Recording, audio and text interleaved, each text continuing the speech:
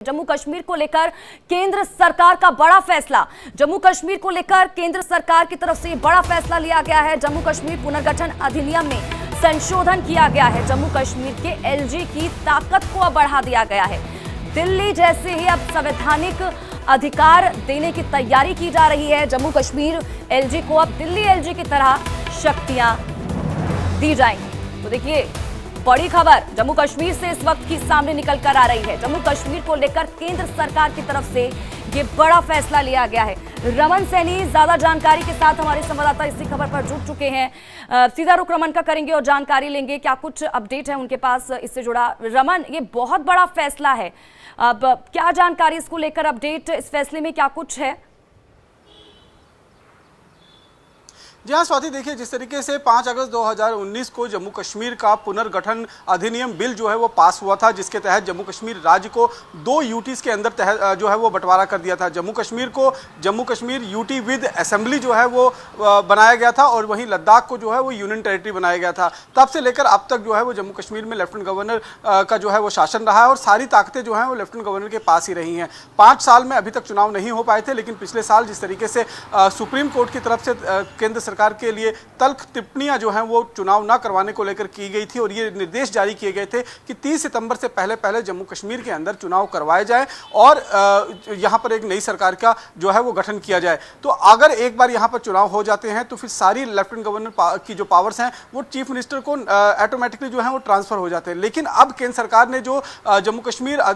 पुनर्गठन अधिनियम के तहत जो 55 धारा है उसके तहत अब ये नई अधिसूचना जारी की है, इसमें संशोधन किया है और इसमें यह कहा गया है कि जितनी भी पावर्स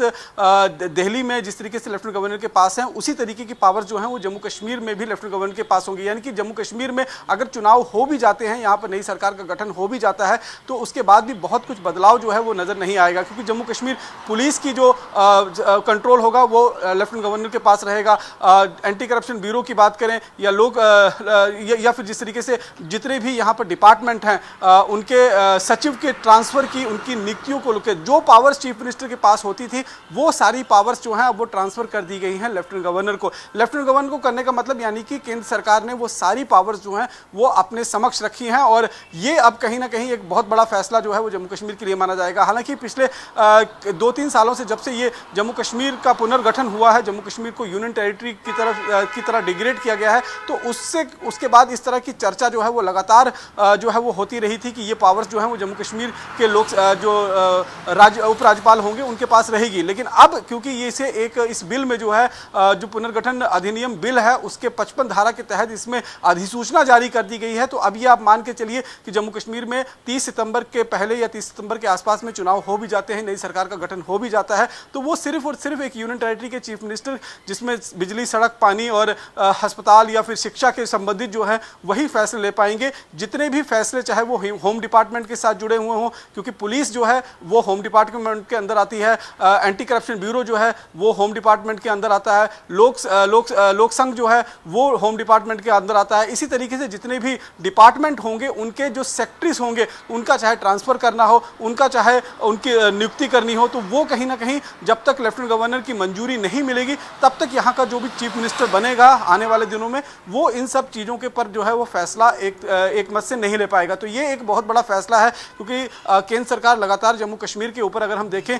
तो खास तवज्जो दे रही है और उनको ये लग रहा है, क्योंकि आज भी अगर मैं आपको बताऊं कि जिस तरीके से आज 13 जुलाई है, 13 जुलाई को कश्मीर में एक समय मार्टर्स डे के रूप में इसको मनाया जाता था। यहाँ पर डाउनटाउन में कश्मीर के अंदर जो है लोग जाते थे मज़ार के ऊपर, जो मार्टर्स यहाँ पर जो उस वक्त के जिनको वो मार्टर्स कहते हैं, लेकिन निश्चित रूप में कहीं ना कहीं वो देश विरोधी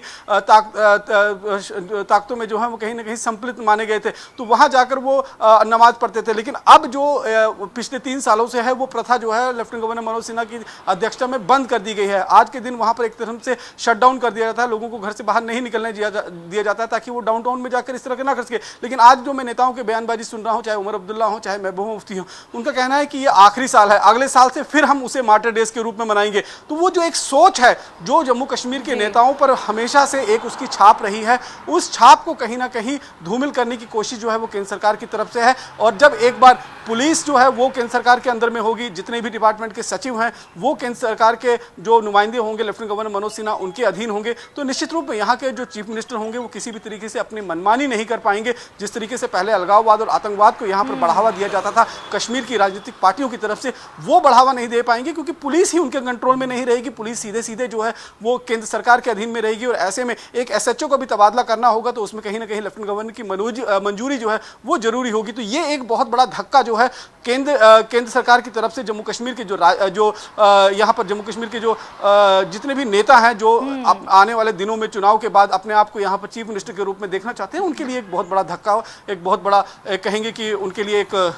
ये कह सकते हैं कि एक बहुत बड़ा धक्का होगा, क्योंकि अब उनके पास वो चीफ मिनिस्टर बन जाने के बाद भी उनके पास कोई पावर नहीं होगी। इसीलिए हम देख रहे हैं कि पिछले कई सालों से जब से ये चुनाव की चर्चा जो है चल रही है, ये कहा जा रहा है कि जम्मू कश्मीर को पूर्ण राज्य का दर्जा दिया जाए, चुनाव से पहले पूर्ण राज्य का दर्जा दिया जाए, लेकिन हुआ उसके बिल्कुल विपरीत है। केंद्र सरकार की तरफ से अधिसूचना जारी कर दी गई है और लेफ्टिनेंट गवर्नर